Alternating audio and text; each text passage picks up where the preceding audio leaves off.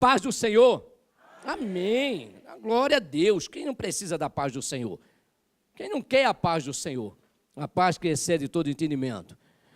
Domingo, nós falamos sobre a experiência de Jó, a vida de Jó, o que aconteceu com Jó, traz muitos ensinamentos, também numa visão de guerra espiritual. O Senhor já falou muito com respeito ao reino espiritual. O reino espiritual nós vivemos em uma guerra. Mateus capítulo 11, versículo 12, diz que desde os dias de João Batista até agora o reino dos céus é tomado por esforço. Esforço é uma força a mais. E se é tomado, é porque alguém pegou. Então você tem que ter uma força muito maior do que a força dele para tomar. Jó traz algumas experiências, Deus, através da vida de Jó, traz alguma experiência muito boa para a vida da gente, que se a gente aplicar, olha só, se a gente aplicar, fará diferença na nossa vida. Ouvir a palavra de Deus é o princípio, é uma base.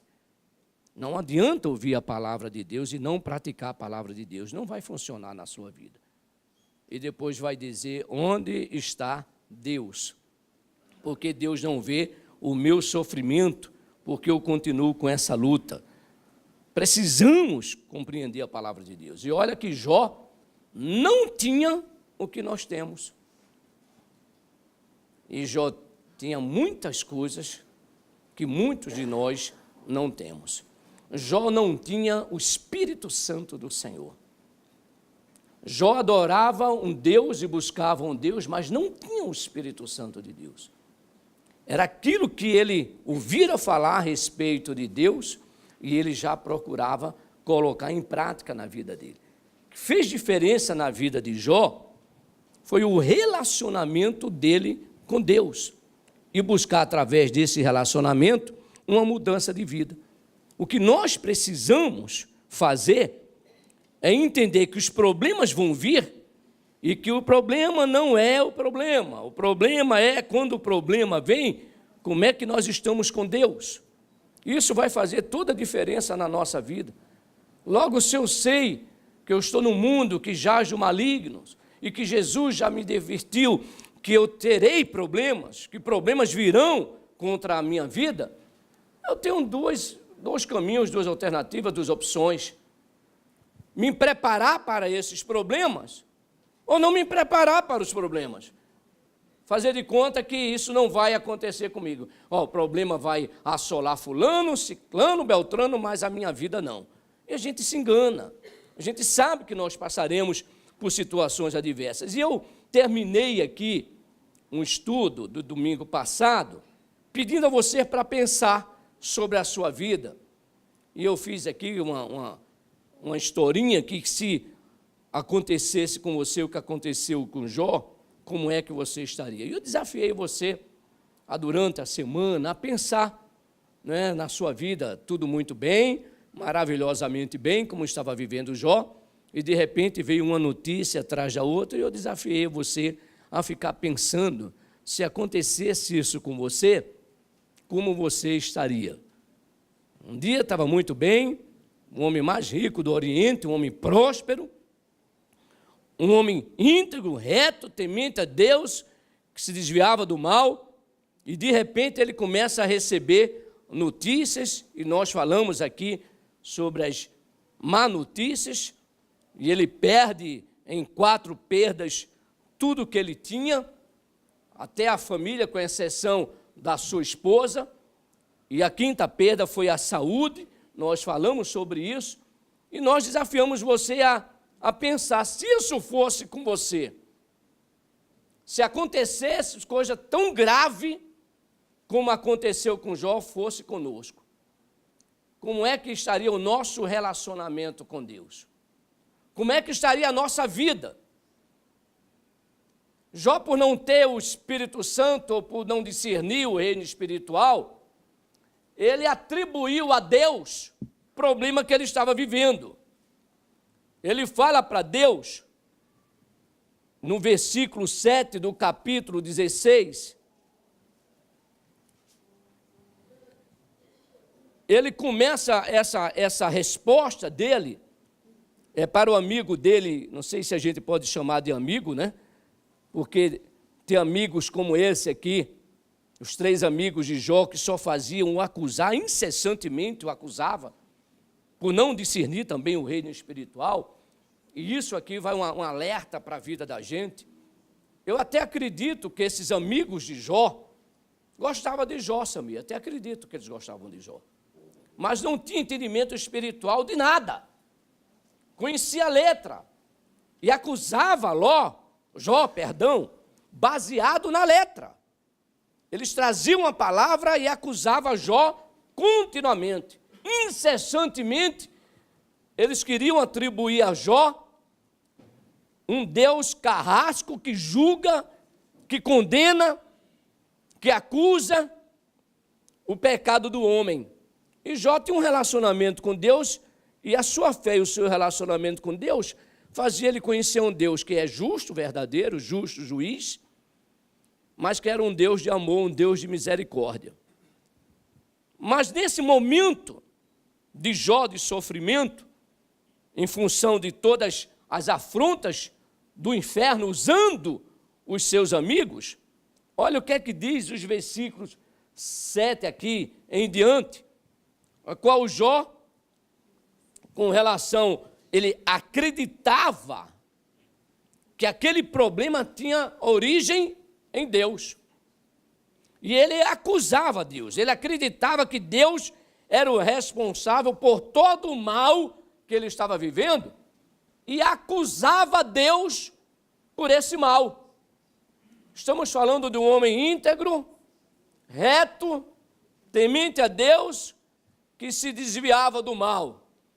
Um homem que ele mesmo concluiu, ele mesmo disse, que tendo todas essas qualidades, ele conhecia o Senhor só de ouvir falar. Ele não tinha uma experiência profunda com Deus.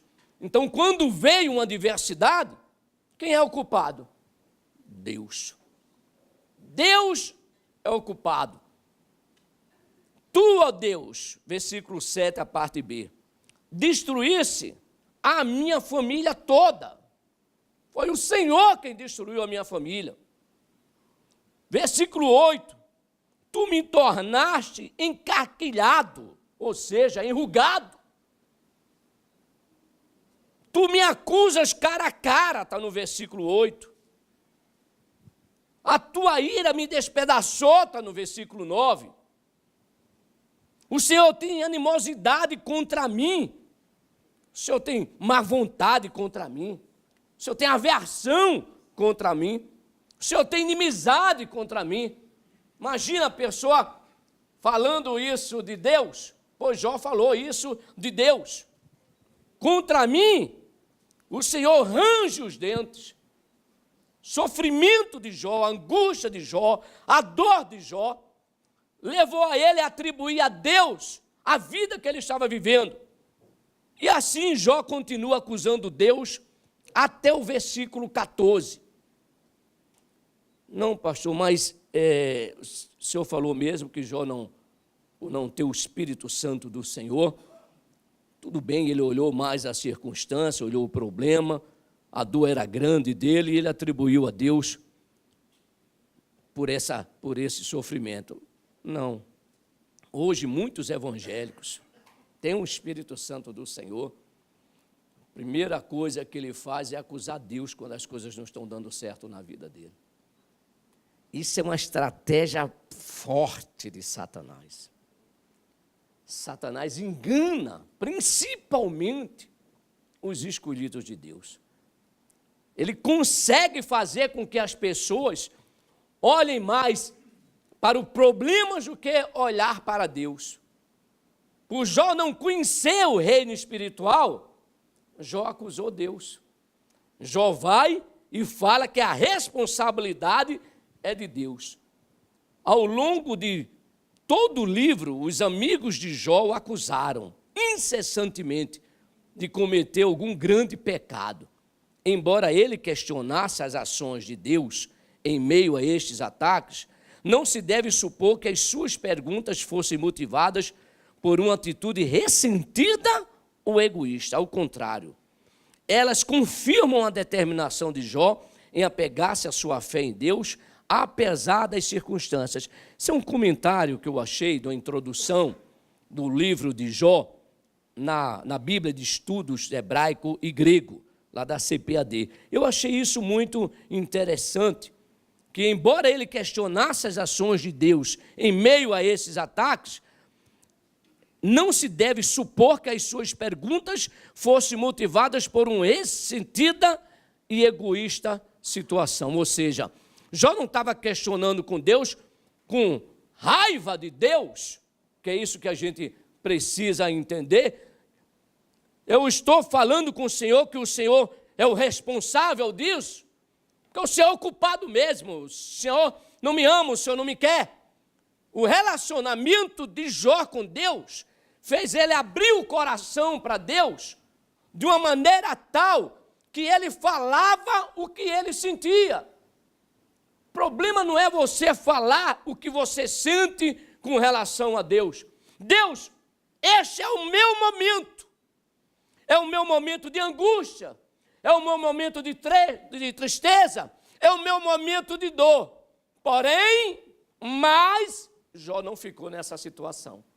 É o que nós precisamos entender. Que quando chega aqui no versículo 18, do mesmo capítulo, a história começa a mudar. Diz assim: ó terra, não encubras o meu sangue, e não haja lugar em que se oculte o meu clamor. Apesar do sofrimento de Jó, um grande sofrimento, ele continuava o quê? Clamando a Deus. E olha que Jó não conhecia o que vocês dessa igreja conhecem, sobre guerra espiritual. Jó não entenderam a origem disso, mas mesmo assim, com todo o sofrimento de perder os bens, perder os seus filhos, perder a saúde, como nós falamos, as perdas de Jó, Jó continua clamando ao Senhor. E olha o que ele continua dizendo. Esse é muito legal. Saibam que agora mesmo ele estava diante de um amigo acusando que aquele sofrimento era por causa de um grande pecado dele, não entendia o reino espiritual, e ele estava falando com esse amigo, mas para que Deus escutasse o que ele estava falando. Era uma palavra indireta a Deus, era uma oração indireta a Deus. Agora veja que relacionamento esse homem tinha com Deus e o que é que ele traz para a gente. Saiba que agora mesmo, no versículo 19, a minha testemunha está nos céus, nas alturas está o meu advogado. O meu intercessor é meu amigo. Quando diante de Deus correm lágrimas dos meus olhos, ele defende a causa do homem perante Deus, como quem defende a causa de um amigo. Esse cara era bom. Mesmo rasgando o coração para Deus, diante da dor que ele estava passando, mesmo entre aspas, acusando a Deus da origem do problema, ele sabia que existia um advogado, uma testemunha, um intercessor diante de Deus. Olha que coisa extraordinária! Um homem que ainda não tinha recebido o Espírito Santo, que foi derramado na igreja primitiva, ou naqueles momentos do Velho Testamento, vinha com uma função específica, mas era um homem que já entendia que tinha quem do lado de Deus? Uma testemunha fiel, que era o seu advogado. Gente, você não está só diante da sua luta, você não está só diante da sua adversidade, por pior que ela pareça. Jó diz para mim e para você que nós temos uma testemunha, um advogado. E ele fala, sabe, gente, ele só não é um advogado, ele é meu intercessor. Deixa eu dizer um negócio, ele é o meu intercessor amigo. Imagina um intercessor amigo, o que não faz diante de Deus. Ele defende a causa de um homem perante como quem defende a causa de um amigo. diante de toda a dor, de toda angústia, de toda tristeza, tem um grito de esperança na vida de Jó que aponta para Deus. Para quem você grita na hora da sua dor? Com quem você grita na hora da sua dor? A sua esperança é o quê? A sua esperança é quem? Jó nos ensina a colocar a nossa esperança em Deus. Um grito de esperança que aponta para Deus. A minha testemunha está nos céus, o meu advogado nas alturas, o meu intercessor é meu amigo, e ele defende a minha causa, como quem defende a causa de um amigo. Glória a Deus. Aleluia. Jesus Cristo, ele não é só um advogado, ele é teu amigo, ele é teu intercessor. E já que Deus é parte no processo da vida de Jó, e já que Deus é parte no processo, Jó era muito inteligente. Mas essa inteligência veio de um relacionamento com Deus. Já que Deus é parte no processo, tem de haver um terceiro, uma testemunha, um advogado, um intercessor, um amigo que defenda a minha causa. Ah, Deus está te provando, Deus está te peneirando. Chama o teu intercessor, chama o teu amigo, chama um terceiro para entrar contigo nessa batalha, chama um terceiro para entrar contigo nessa oração, chama o Espírito Santo que intercede com você, com gemidos inexprimíveis. No mesmo capítulo, fala que Jesus é o nosso intercessor. Jó entendera que ele tinha uma testemunha, tinha um advogado, tinha um intercessor e tinha um amigo. E eu quero perguntar para você, quem é essa testemunha na sua vida, não na vida do Jó? Quem tem sido a sua testemunha diante da sua aflição, diante da sua angústia, diante da sua dor, diante dos problemas que você está vivendo? Quem é essa testemunha diante de Deus? Quem é esse advogado? Quem você tem constituído como primeiro advogado? Quem você tem constituído?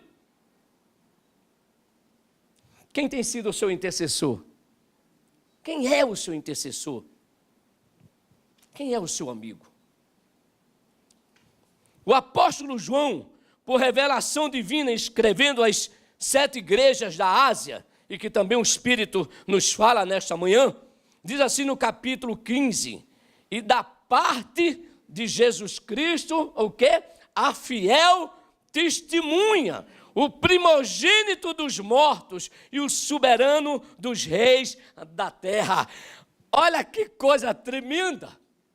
Jó, vivendo lá naquela época, já estava, pelo relacionamento com Deus, pela fé que ele tinha em Deus, ele já contemplava o que centenas de anos depois, Deus estaria trazendo esta revelação ao apóstolo João. Ei, deixa o Espírito Santo ministrar livre hoje em você. Como eu tenho dito aqui, não se prenda só às palavras que são faladas, deixa o Espírito Santo fazer dessa palavra multiplicar dentro de você. Imagina que coisa maravilhosa essa experiência aqui de João. Quando você, presta bem atenção, tem um relacionamento íntimo com Deus, Deus revela as coisas espirituais para a sua vida. O seu relacionamento com Deus fez com que Jó contemplasse uma testemunha que Deus ia se referir na época de Jesus Cristo, depois de Jesus Cristo, ao apóstolo João. O relacionamento com Deus faz Deus te revelar o espiritual. Isso é fantástico. 1 João capítulo 2, versículo 1. Filhinhos meus, estas coisas vos escrevo para não pequeis. Se todavia alguém pecar, temos o quê? Olha só quando ele estava dizendo para Elifaz, quando ele estava falando para Elifaz que ele tinha um advogado no versículo 19 do capítulo 18, olha que coisa extraordinária, ele estava dizendo, mesmo que eu peque, mesmo que eu desagrade ao meu Deus, mesmo que eu venha pisar na bola, seja qual for a razão, a falta de observância na palavra, a falta de vergonha na cara, seja qual for a causa do meu pecado, eu tenho um advogado junto ao Pai, Jesus Cristo, o justo. Ei, Deus não está aqui nesta manhã para te acusar, Deus está aqui para te libertar, para te salvar, para te restaurar. Não interessa o que você fez. Jó não estava acreditando que ele era imaculado. Mesmo sendo íntegro, reto, se desviava do mal e tinha temor ao Senhor. Mas ele disse, mesmo que eu tenha pecado, neste versículo 19, de capítulo 18, de capítulo 16, ele diz, olha, lá nas alturas está o meu advogado. Aí Deus vem e traz a revelação em 1 João, que nós temos um advogado junto ao Pai. Que Deus extraordinário, que Deus fantástico. Ele não desiste da gente. Não interessa o que nós tenhamos feito. Se é grande, se o pecado é muito grande ou se o pecado é pequeno. O engraçado é que, para a gente quer isso na nossa vida, né? A gente quer que esse advogado seja o nosso advogado, esse advogado que está junto ao Pai, Jesus Cristo, o justo, seja o nosso advogado. Agora, quando alguém pisa na bola conosco, né? Quando é um cônjuge que pisa na bola, nós queremos condená-lo, queremos julgá-lo. Quando é um filho, nós queremos fazer a mesma coisa. Deixa eu te dar um conselho nesta manhã. Ao invés de condenar, convida esse advogado. Chama esse advogado. Romanos 8:34. Que visão! Como é que um homem, na época de 1400 e alguma coisa, antes de Cristo, teve uma revelação que os que andavam com Jesus não tinham tido. Teve uma revelação que hoje, 2000 anos depois de Cristo, muitos evangélicos ainda não têm esse entendimento do anunciado. E o que mais me agrada dessas coisas, os exemplos que eu vou estar apresentando para você, de quem é a testemunha, quem é o advogado, quem é o intercessor, quem é o amigo, é pós-Jesus Cristo, na época de Jesus e depois de Jesus Cristo. E este homem já entendera quem era Jesus Cristo na vida dele. Isso é revelação de quem? Isso é revelação divina. Como é que a gente tem uma revelação divina, pastora Bruna? Relacionamento com Deus, intimidade com Deus. Romanos 8:34. Quem é o teu intercessor? Quem os condenará?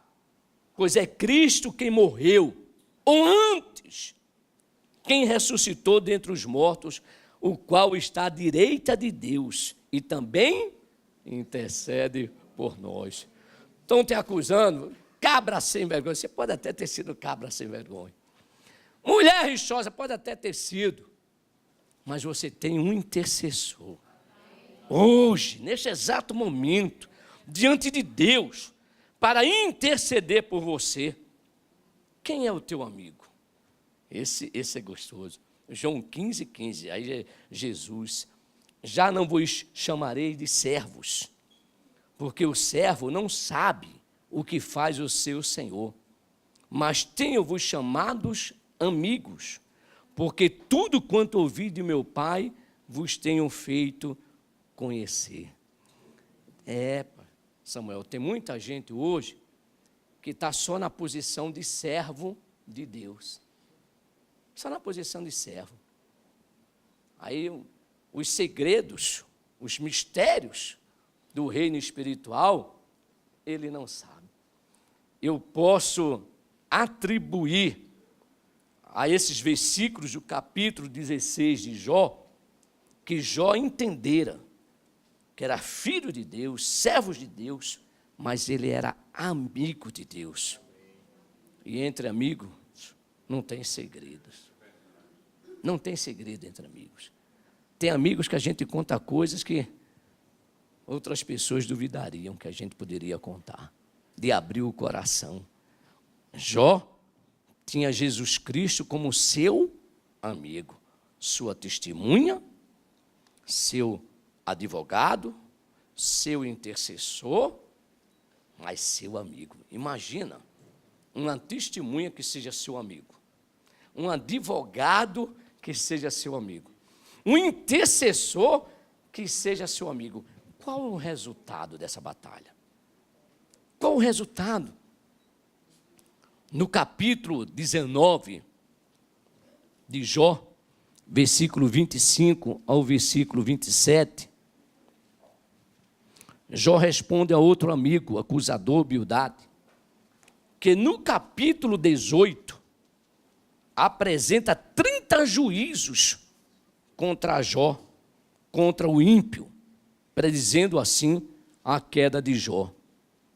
Capítulo 19, versículo 25 a 27, é uma resposta de Jó. É uma resposta de Jó a Bildade.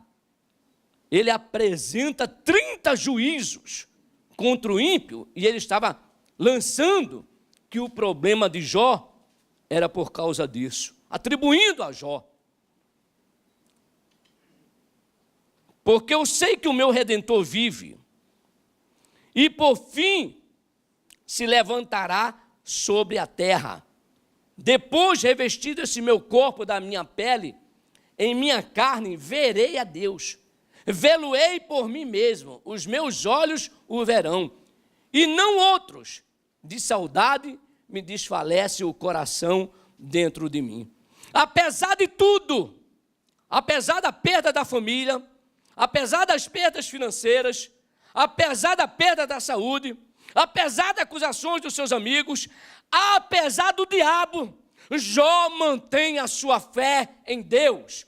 Ei, esse problema, essa luta, tem afastado você de Deus ou tem aproximado você de Deus? Apesar de toda essa situação, Jó continua confiando em Deus. Confie em Deus. Não desista dele em hipótese alguma. Mesmo que aquilo que você está vivendo pareça infinito na sua vida, nós aprendemos aqui que mesmo que aquilo seja eterno, aparentemente, não tem mais jeito, vai ser eterno, nós aprendemos com Ana que ela transformou aquilo que era eterno, de ruim, em provisório, que ela colocou na sua mente, colocou no seu coração, em buscar a intervenção de Deus e mudar a realidade dela. Confie em Deus. Jó continuava confiando em Deus, e Jó conhecia Deus de ouvir falar, mas a perseverança de Jó o fez declarar, depois de tudo, mas agora os meus olhos te veem. Depois de tudo, e olha que Jó não sabia a verdadeira origem de todas as suas perdas. Jó não sabia que por trás daquela situação que ele estava vivendo, de perder os seus bens, perder os seus filhos, perder a sua saúde, ele não sabia que por trás disso estava Satanás. Eu imagino este homem, se ele tivesse este entendimento, que Satanás estava por trás disso. Um homem íntegro, reto, temia Deus e se desviava do mal. Depois de tudo, ele não desistiu e recebeu, eu gostei desse negócio aqui, um carimbo de aprovado. E passou para o segundo estágio. Depois de tudo aquilo, Jó não desistiu dos milagres de Deus na vida dele. Ele não desistiu da ação da sua testemunha, da ação do seu advogado, da ação do seu intercessor, da ação do seu amigo. E por ele ter confiado em Deus e não ter desistido, que é o problema de muitos evangélicos de hoje. Eu nem falo às pessoas que não conhecem a palavra. Falo mais às pessoas que conhecem a palavra. que desistem fácil de Deus. Desiste fácil de Deus restaurar uma vida, seja em qual área for. Pedem durante 1 ano, pedem durante 2 anos, pedem durante 3 anos. Não acontece, desiste. O que é que você está transmitindo para Deus? Que mensagem você dá para o reino espiritual? Para Satanás, uma mensagem forte. Gente, é só apertar que ele não aguenta, isso é um frouxo. Aperta ele, aperta ela. Ei, Jó foi apertado por Satanás. Capítulo 1, capítulo 2. Depois que ele viu que não tinha jeito, me mostra, depois do capítulo 2 do Anunciata, até 42. Satanás se manifestar mais uma vez. Não tem. Quando ele sabe que nós perseveramos, que nós não desistimos, que não abrimos mão da nossa testemunha, que não abrimos mão do nosso advogado, que não abrimos mão do nosso intercessor, do nosso amigo, não dá para ele continuar. Ei, tem uma esperança para mim e para você. Quer que Satanás saia do teu caminho, saia da tua vida? Continua buscando em Deus, continua confiando em Deus, continue buscando o milagre de Deus na sua vida. Não tem, dona Anunciata, do capítulo 3 em diante, ação de Satanás. A Bíblia não relata. Desaparece Satanás diante de um homem que confia em Deus. Satanás não consegue perseverar diante de uma mulher que confia em Deus. Por outro lado, ele consegue perseverar, ele consegue vencer diante de um frouxo homem de Deus, uma frouxa mulher de Deus, que olha a circunstância, que olha a sua natureza carnal e não olha a natureza divina de Deus, que olha as limitações humanas e não olha o poder de Deus. Nessa Satanás encosta, meu querido, mas encosta para arrebentar. E não sai, não larga. E fica ali junto. A pessoa parece madeira na praia em tempos de vento forte, né? A onda está alta, a madeira está lá em cima. A onda está baixa, a madeira está lá embaixo. Eu diria que ele entra no elevador cujo assessorista é o diabo. O diabo brinca com ele, bota ele lá para o 1º andar e depois bota ele lá para o 10º subsolo. Leva ele para onde ele quer. Ora, permite que haja um momento de alegria.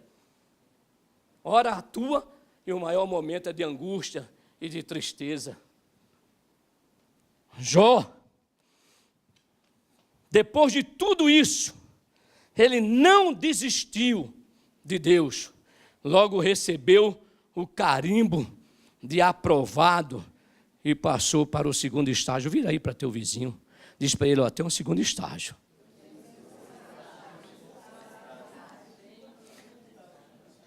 Esse 2º estágio depende de você. Deus está esperando com carimbo lá de aprovado. Deus está esperando, imagina um carimbo de Deus. Quer o capeta botar a mão num carimbo? Carimbo de fogo, carimbo de ferro, parece uma navalha. Eu quero ver na hora que você passar do 1º estágio. Na hora que você mostrar para Satanás e dizer para ele, gente, preste atenção, Deus é espírito e é uma pessoa. Satanás também é um espírito e ele ouve também. Seja determinado com ele. Abra a boca para ele. Satanás, ó, tu me laçou, tu me lascou, tu me fez andar por isso, tu me fez falar isso, mas preste atenção. Mas agora eu vou me levantar.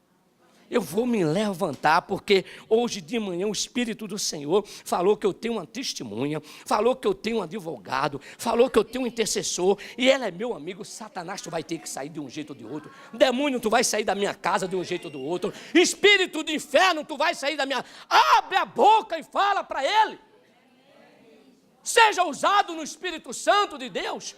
Não seja covardado. Não deixe o diabo brincar com a sua vida. Não deixe ele se andar com você. E na hora que você for usado, for determinado, Satanás, você não vai levar minha família, não tem jeito. Você não vai levar. Você pode estar insistindo, mas eu sou daquele que não desiste, porque eu aprendi com Jesus Cristo que a gente não pode desistir. Quer passar para o 2º estágio? Só tem uma maneira, confiar em Deus. Quer receber o carimbo de aprovado e passar para o segundo estágio? Só tem uma maneira: confiar em Deus. E quem confia em Deus não cruza os braços, continua buscando o poder de Deus. Você sabe qual é o segundo estágio de quem é aprovado? Deus fez questão de relatar segundo estágio de quem é aprovado. Capítulo 42, versículo 12 ao 17.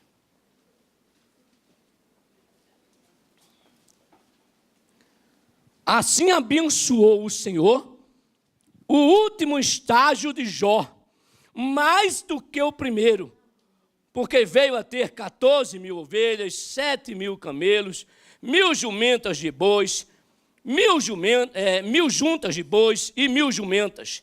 Também teve outros 7 filhos e 3 filhas.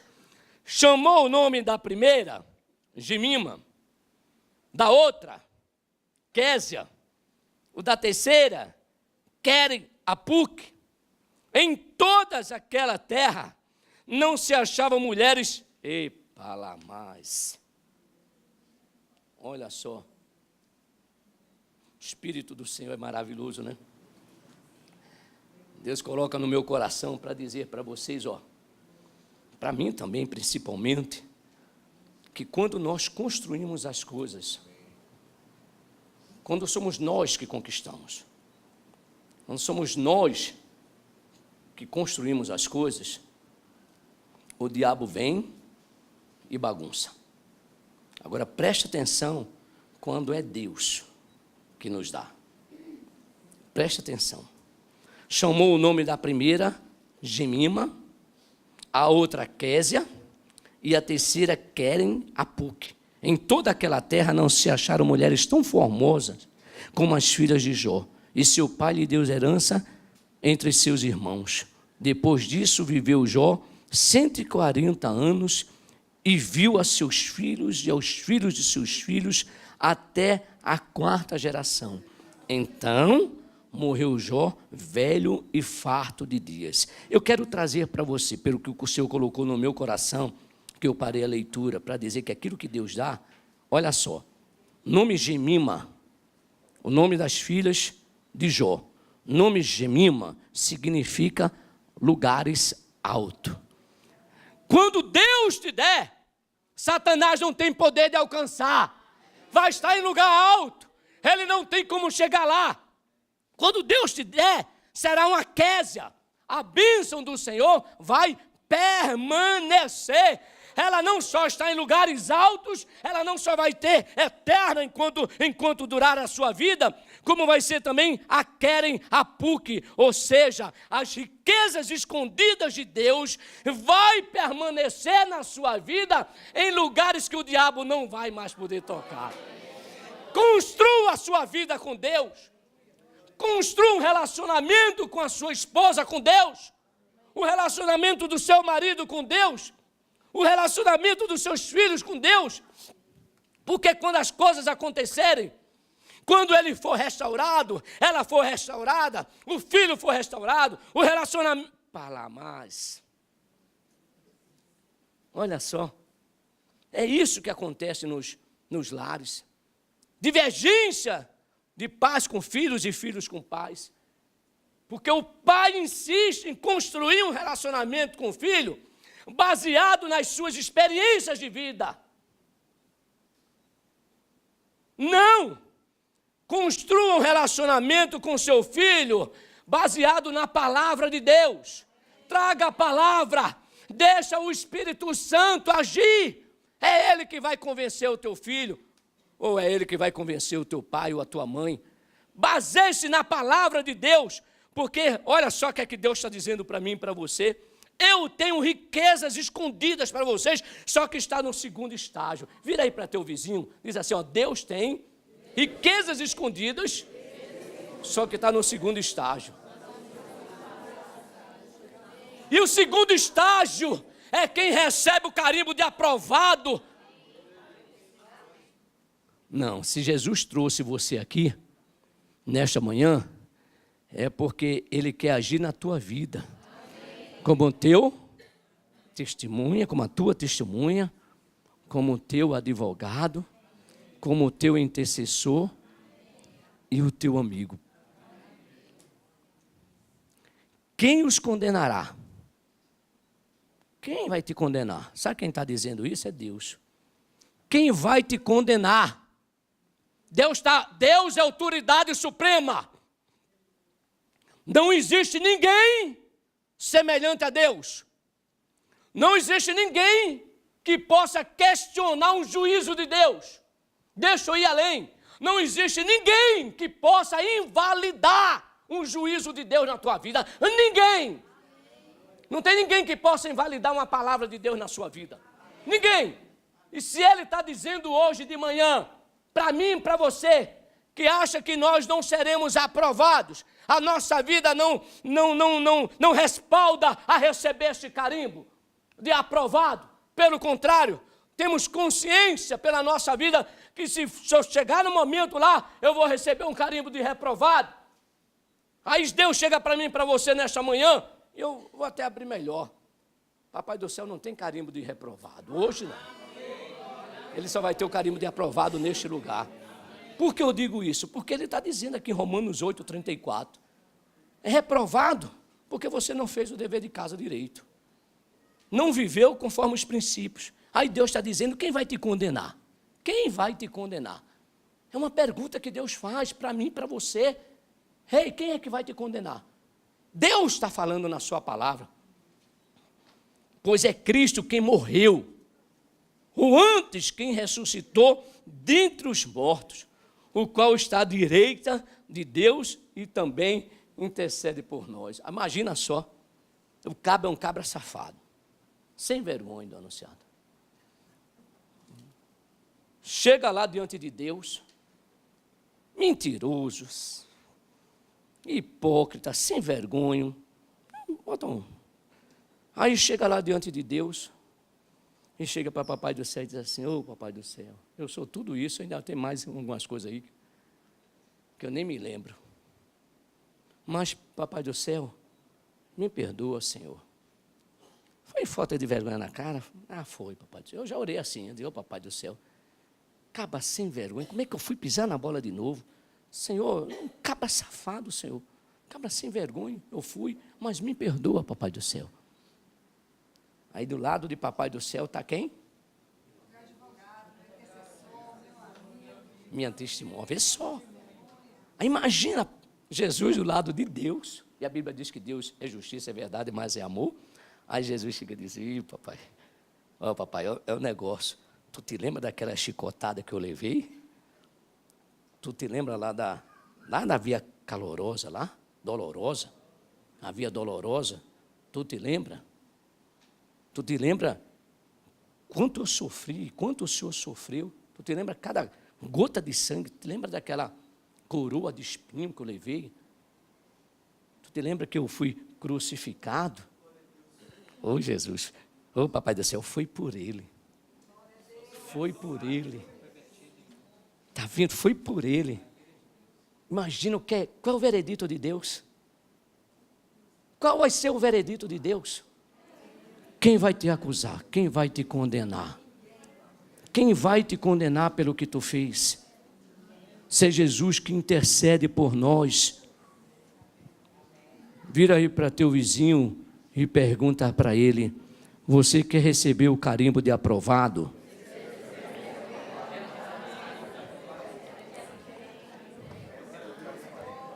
Quer receber o carimbo de aprovado? Fala. Quer receber o carimbo de aprovado? Fala para ele, mas fala para ele mesmo. Quer receber? Ou você que não está falando, diga para Deus, Deus, eu quero receber o carimbo de aprovado. Eu quero receber, Senhor. Agora vira para ele e diz assim, confie em Deus. Para encerrar, eu quero fazer essa leitura. Salmo 56, 3 e 4. No dia em que eu temer, hei de confiar em ti. Em Deus louvarei a sua palavra. Em Deus pus a minha confiança, e não temerei. Quem me pode fazer a carne? Salmo 125, versículo 1 e 2. Os que confiam no Senhor são como o monte de Sião, que não se abala, firme para sempre. Como em redor de Jerusalém estão os montes, assim o Senhor em derredor do seu povo, desde agora e para sempre. Ei, confiança em Deus traz firmeza, confiança em Deus traz proteção, confiança em Deus traz felicidade, confiança em Deus traz coragem, confiança em Deus traz paz, confiança em Deus traz o mais de Deus. Salmo 37, 5. Confiança em Deus traz resposta às nossas orações. 1 João capítulo 5, 14. A confiança em Deus é pelo que Deus é, e não pelo que vemos naturalmente, ou porque dizem os desesperados, murmuradores e rebeldes. Coloque de pé.